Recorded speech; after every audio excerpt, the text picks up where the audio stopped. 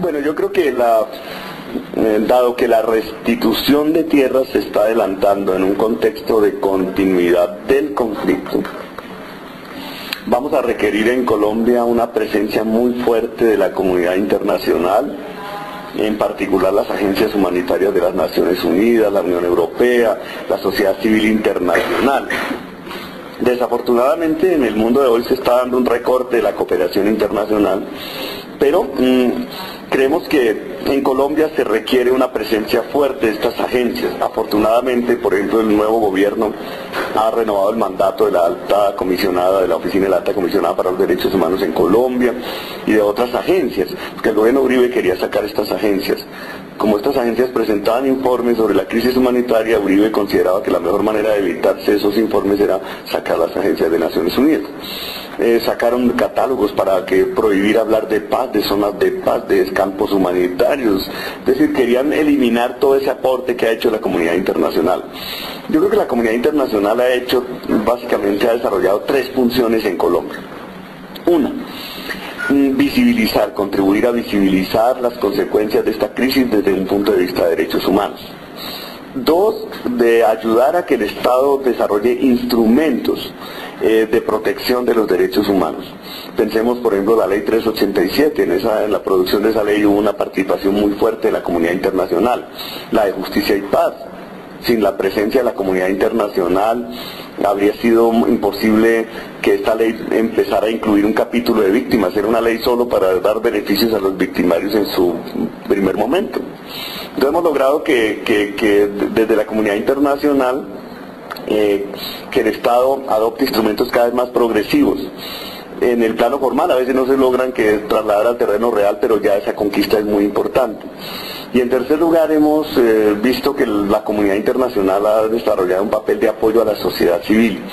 En los países latinoamericanos tenemos regímenes presidenciales cerrados, culturas dualistas, heredadas quizá del pasado confesional, y entonces aquí se tiende a ver todo como amigos y enemigos. Los gobiernos no entienden que exista una sociedad civil independiente, que haya una sociedad civil crítica, y en Colombia existe un movimiento de sociedad civil de derechos humanos que ha tenido el respaldo de la comunidad internacional. No se puede ver estos procesos solamente como un logro de la sociedad civil colombiana. Yo pienso que la historia le ha dado la razón al movimiento de derechos humanos en Colombia. Hace 20 años se decía, esto de las masacres es falso, esto de la cooperación de los políticos y los paramilitares es falso.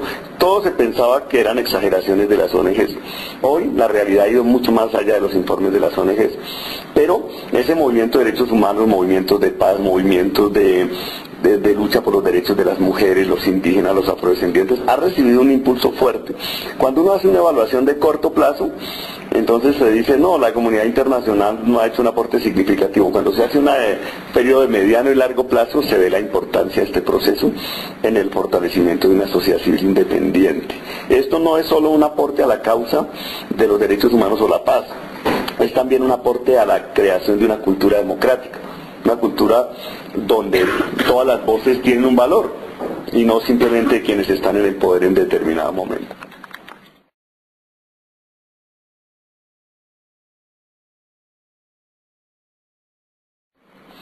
Bueno, yo pienso que el valor agregado en general de la presencia de la comunidad internacional, de la normativa humanitaria internacional, es enseñar a las autoridades colombianas y a los grupos armados que tienen responsabilidades, que si desarrollan una guerra, ya sea en nombre del Estado, ya sea en contra del Estado, tienen responsabilidades frente a la población civil, tienen responsabilidades frente a la victimización que causan, y de alguna manera el aporte fundamental de toda esta experiencia internacional es un mensaje. Aún en guerra no vale todo, porque si uno justifica que todo vale en la guerra, termina como en la historia de los Capuleto y los Montesco, que la exacerbación de un conflicto y la justificación de la guerra termina destruyendo lo fundamental que se supone que se persigue con esa guerra. Uno puede tener, en el caso de la sociedad colombiana es muy claro, razones desde el Estado, otros tienen razones desde los grupos armados para hacer la guerra, pero ya casi acaban con la sociedad. Estamos hablando de millones de hectáreas despojadas, de millones de personas desplazadas, y entonces pues parece de locos pensar que los resultados caben dentro de las justificaciones y las finalidades que cada cual se propone. Entonces yo creo que la idea de una mirada humanitaria desde el ámbito internacional constituye un principio de civilización política que ha logrado que en Colombia se empiece a considerar este tema y este problema de las responsabilidades como parte del debate político, institucional, del debate de la paz.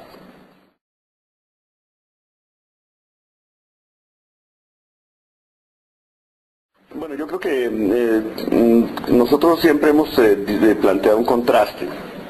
El gobierno ha creado zonas de consolidación y las famosas zonas de consolidación se basan en una mirada contraria a la Constitución. Es decir, el tema no es que haya presencia de la comunidad internacional, de la sociedad civil, del Estado, de las instituciones civiles en un territorio, sino cómo se relacionan. Claro, yo soy partidario de que el Estado tenga presencia en todo el territorio, porque tú vas a las zonas de la Orinoquía, la Amazonía, y allá no hay sistemas de salud para los indígenas, ni educación, nada. Entonces que esté el Estado a nivel civil, no simplemente una brigada que llega cada 15 años cada vez que hay un impulso de guerra.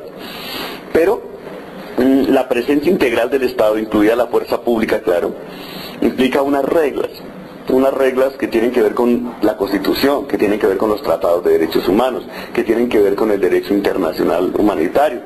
Cuando en un escenario de paz preguntas a la guerrilla qué piensa del desplazamiento, ellos dicen que ese no es un objetivo suyo. Y si preguntas a los militares, dicen que tampoco ese es un propósito de ellos, no es un propósito de nadie, pero los desplazados allí están. Y entonces nosotros decimos, en esos casos hay que observar la normativa humanitaria y obviamente mirar las reglas de relación.